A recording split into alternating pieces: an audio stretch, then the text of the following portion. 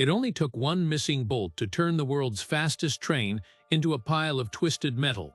You'd think a multi-million-dollar, record-breaking machine could survive a minor oversight, but this catastrophic disaster proves that engineering perfection is often just one tiny fastener away from total failure. Mach 3.2 converted into stationary shrapnel in 0.14 seconds. The deceleration didn't kill the passengers. The physics of the stop liquefied them against their headrests before their brains could even register the sound of the rupture. We are talking about kinetic energy, equivalent to a small tactical nuclear device, contained entirely within a titanium-reinforced vacuum tube.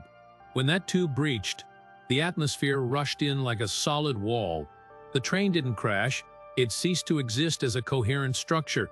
It was atomized. $54 billion. That is the number that matters, Mark. Not the physics, not the G-force, but the financial black hole that just opened up in the middle of the Nevada desert.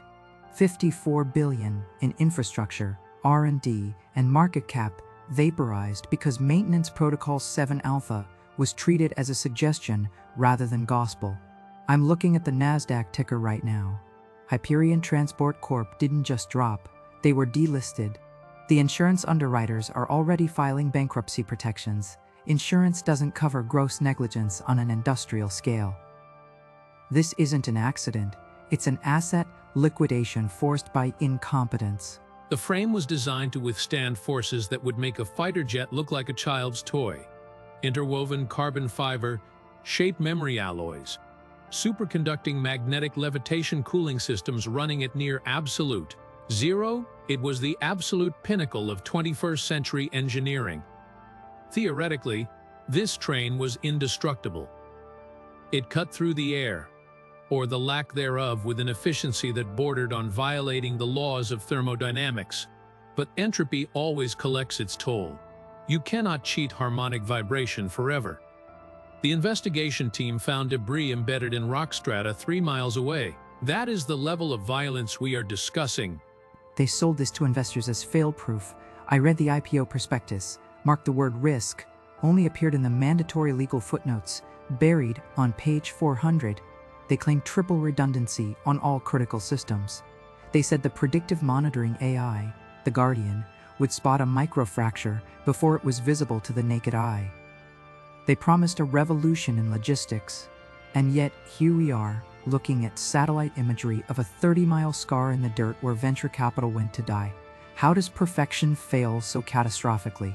How do you lose a flagship vehicle inside a controlled environment? Perfection is a statistical myth.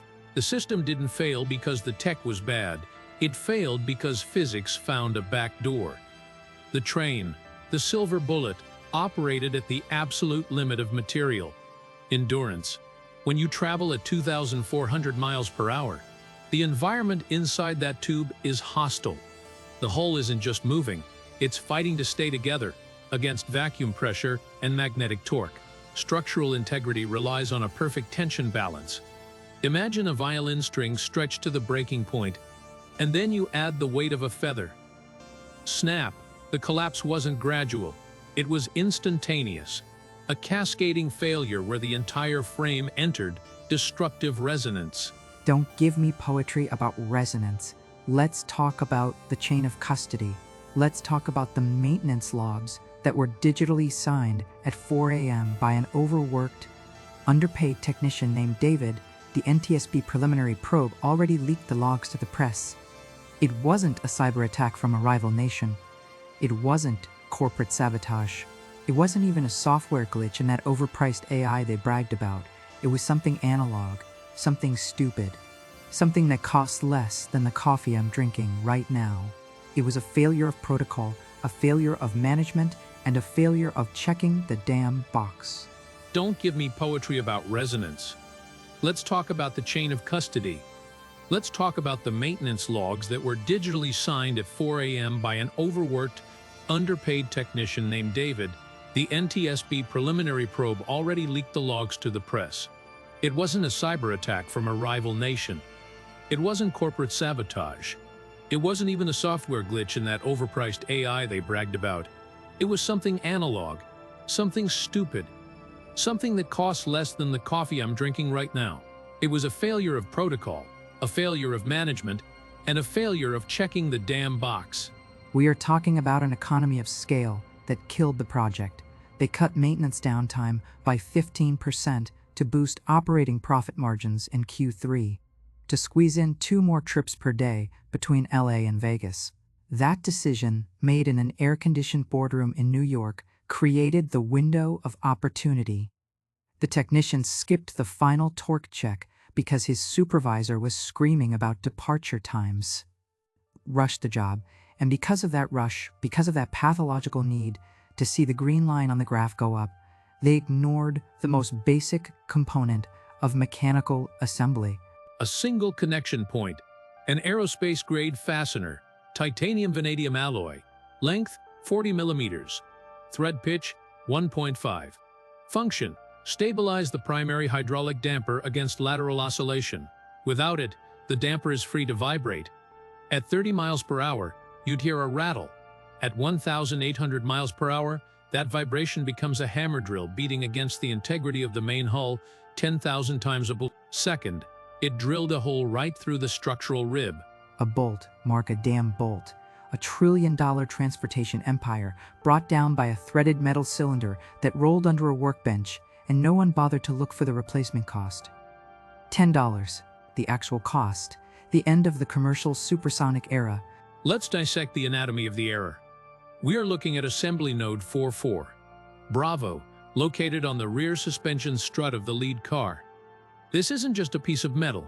It's a high-stress junction point, responsible for dampening the lateral kinetic energy generated by magnetic levitation. The missing component was a grade 9 titanium vanadium fastener, specifically designed to handle shear forces of up to 150,000 psi. It is the god nut of the suspension system. If it holds, the train glides on a cushion of magnetic fields.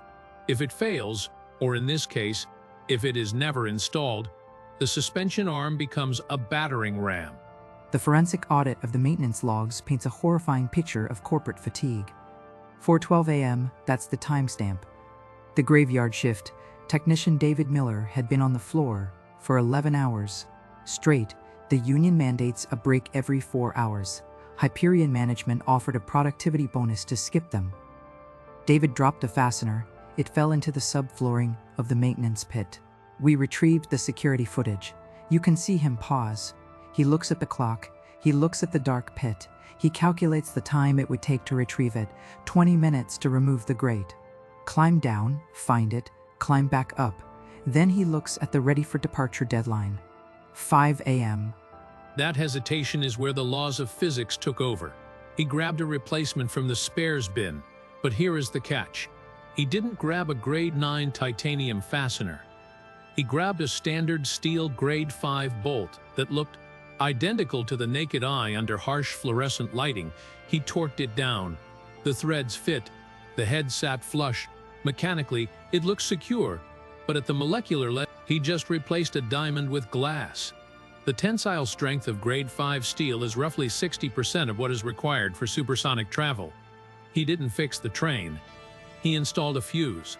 And the system let him do it. The QA protocol requires a secondary inspection, the 4 eyes principle. Another technician must verify the torque and the part number, but the secondary inspector had been laid off 2 weeks prior. In a streamlining initiative to reduce overhead, the digital sign-off sheet had been updated to allow a self-verification override code if the shift supervisor was busy. David entered the code. 9,999, a default override. The software accepted it. The logistics system marked the train as green. That single line of code, that bypass, effectively signed the death warrants of 200 people. As the train taxied out of the depot, the imposter bolt was already screaming. Even at low speeds, the magnetic repulsion generates immense torque on the suspension. The steel began to stretch. This is called plastic deformation. It wasn't breaking yet, it was elongating. Microscopically, the crystal lattice of the metal was tearing apart. By the time the train reached the main vacuum tube, the bolt was already compromised. It was holding on by a thread. Quite literally, The pre-tension was gone. The suspension arm began to wobble, just a fraction of a millimeter.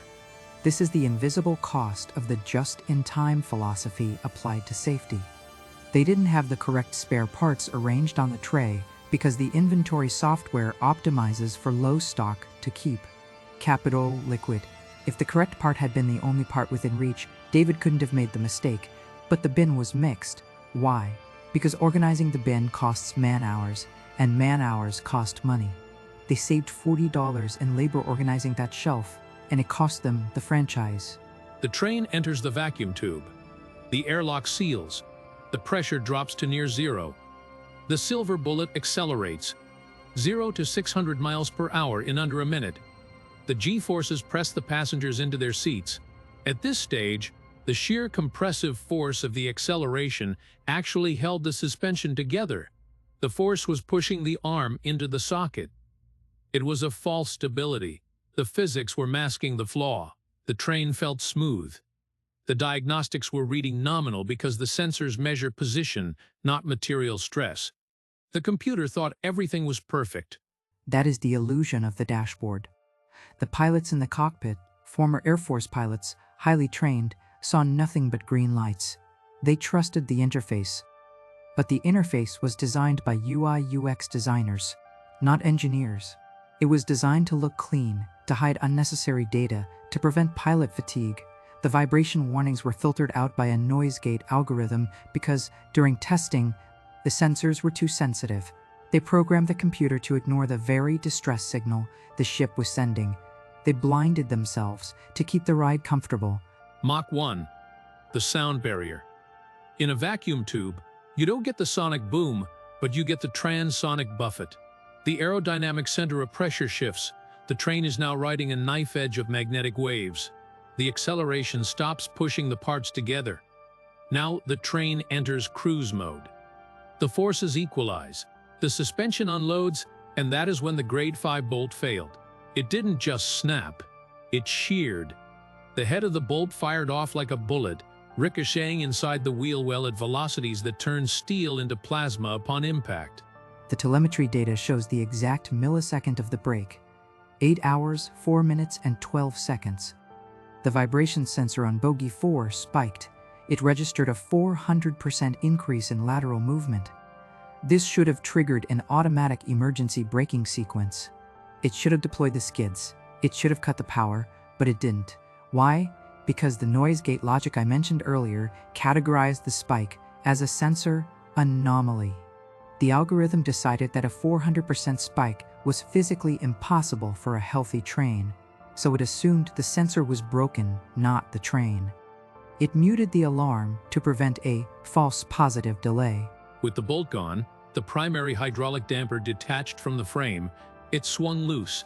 Imagine a 20-pound steel piston flailing around inside a compartment, moving at 2,000 miles per hour. It struck the magnetic levitation coils. These coils are supercooled ceramics. They are brittle. The piston shattered the ceramic casing like a hammer hitting a porcelain plate. Liquid nitrogen vented instantly into the vacuum. The magnetic field on the rear left side collapsed instantly. The loss of levitation on one side created a differential drag that no amount of money could fix. The train wasn't floating anymore. It was dragging its left leg. The computer tried to compensate. It dumped maximum power into the remaining coils to lift the train back up.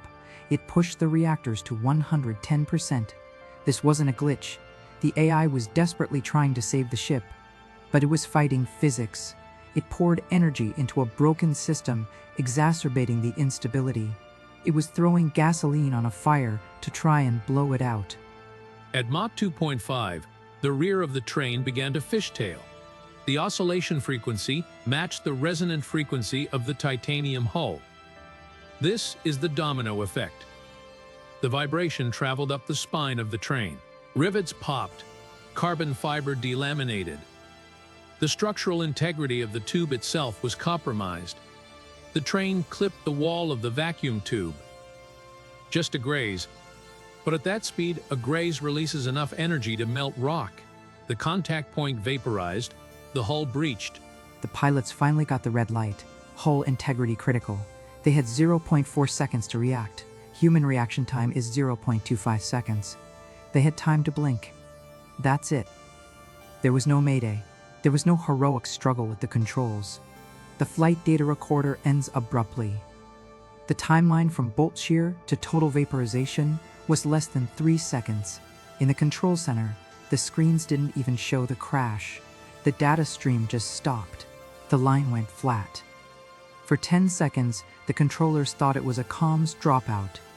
They were asking Hyperion 1, please acknowledge, while the dust was already settling. The breach of the hull allowed the atmosphere to rush into the vacuum tube. This is called a hammer shock. A wall of air moving at the speed of sound slammed into the disintegrating train. The collision of the air mass and the wreckage created a fireball that burned hottest white. The kinetic energy was converted into heat and sound. The shockwave registered on seismographs in California. It wasn't a train crash, Elena. It was an underground meteorite impact. The biological matter inside wasn't recovered, it was sublimated. And here is the punchline, the detail that makes the bile rise in my throat. The replacement bolt, the correct grade 9 titanium fastener, was found later. It was in David's pocket. He had found it in the pit immediately after the train left the station. He realized his mistake. He put it in his pocket, terrified, intending to swap it out when the train returned that evening. He carried the evidence of his negligence and the salvation of those 200 people in his coveralls while he watched the news reports of the crater. He didn't call the control tower because he was afraid of being fired. He traded 200 lives for his weekly paycheck. Gravity, velocity, and stupidity, the three fundamental forces of the universe. We mastered gravity with magnets. We mastered velocity with vacuum tubes. But we have no defense against stupidity. The bolt didn't fail. The machine didn't fail. We failed. The train was a masterpiece of physics brought down by the weakest link in the chain, the human element. The engineering was perfect. The operator was flawed. The settlement payouts are estimated to reach $6 billion. The lawsuits will drag on for a decade, but the industry is dead. No one will step into a supersonic tube again. We bought speed with safety. And when the bill came due, we paid with lives. The lesson isn't about torque or titanium. The lesson is that you can engineer a perfect machine, but you cannot engineer a perfect maintenance schedule. The illusion of perfection is just that, an illusion, and the cost of believing in it is total ruin.